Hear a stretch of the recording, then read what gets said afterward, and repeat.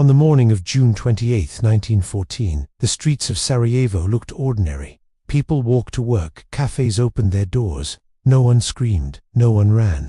No one knew that in a few hours, the 20th century would explode. By the end of the day, 2 people would be dead, for empires would begin collapsing, and the deadliest war humanity had ever seen would become unavoidable. This is the story of how the world walked into catastrophe, not by accident, but by arrogance, pride, fear, and one young man with a pistol. Europe in 1914 was not peaceful. It was armed, tense, and unstable.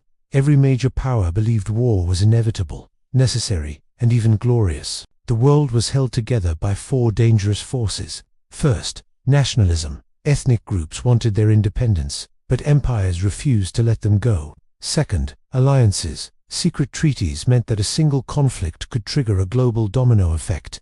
Third, militarism. Armies were growing, weapons were stockpiled, and generals were worshipped. And finally, imperial pride. Backing down was seen as a weakness, and weakness meant death. Europe wasn't a continent. It was a powder keg, just waiting for a spark. At the center of this tension stood Austria-Hungary, an empire stitched together from different races, languages, and religions, barely holding itself together. Its future ruler was Archduke Franz Ferdinand. He was not a popular man. The elites disliked him. The nationalists hated him, and even the emperor distrusted him. But Franz Ferdinand believed something dangerous. He believed the empire could be reformed. He wanted to give more rights to the Slavic people. Ironically, this made extremists hate him even more.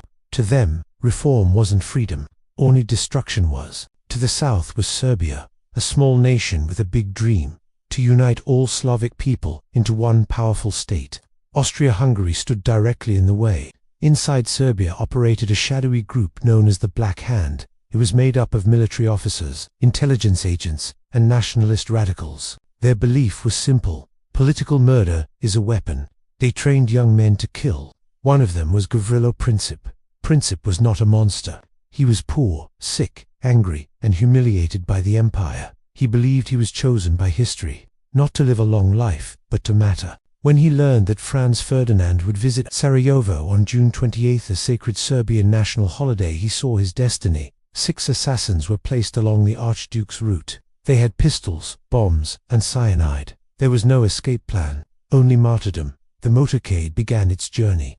The first assassin froze, the second panicked, the third acted. He threw a bomb, but it bounced off the Archduke's car and exploded behind it. People screamed, metal twisted, blood spilled, but Franz Ferdinand survived, and he made the fatal decision to continue his visit. Later that day, the route was changed, but no one told the driver. The car turned onto the wrong street, stalled, and stopped, right in front of Gavrilo Princip. History didn't chase him. History waited. 2 shots rang out. Franz Ferdinand whispered, "Sophie, don't die. Stay alive for our children." Minutes later, both were dead. At first, the world barely reacted. Then Austria-Hungary saw an opportunity. They blamed Serbia and issued an ultimatum that was designed to be rejected. Serbia accepted almost every single demand. Almost. Austria declared war. Russia mobilized to protect Serbia. Germany mobilized to support Austria. France mobilized to support Russia. And Britain followed. In 5 short weeks, the world went insane. Trains carried millions of men to slaughter. Everyone believed it would all be over by Christmas. They were wrong.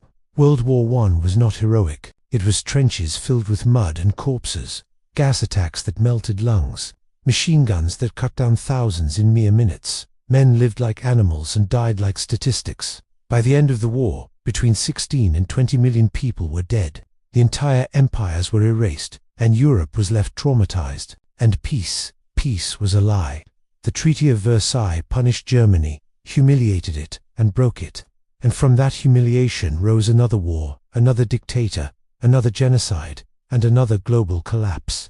All of it connected back to that one street in Sarajevo. That assassination did not cause World War I, it unmasked it. The war was already written in the pride and fear of nations. The bullet was just the signature. History doesn't explode in a single moment. It builds silently, under the surface, until one small act releases everything. One bullet, millions dead, and a world forever changed. Thanks for watching.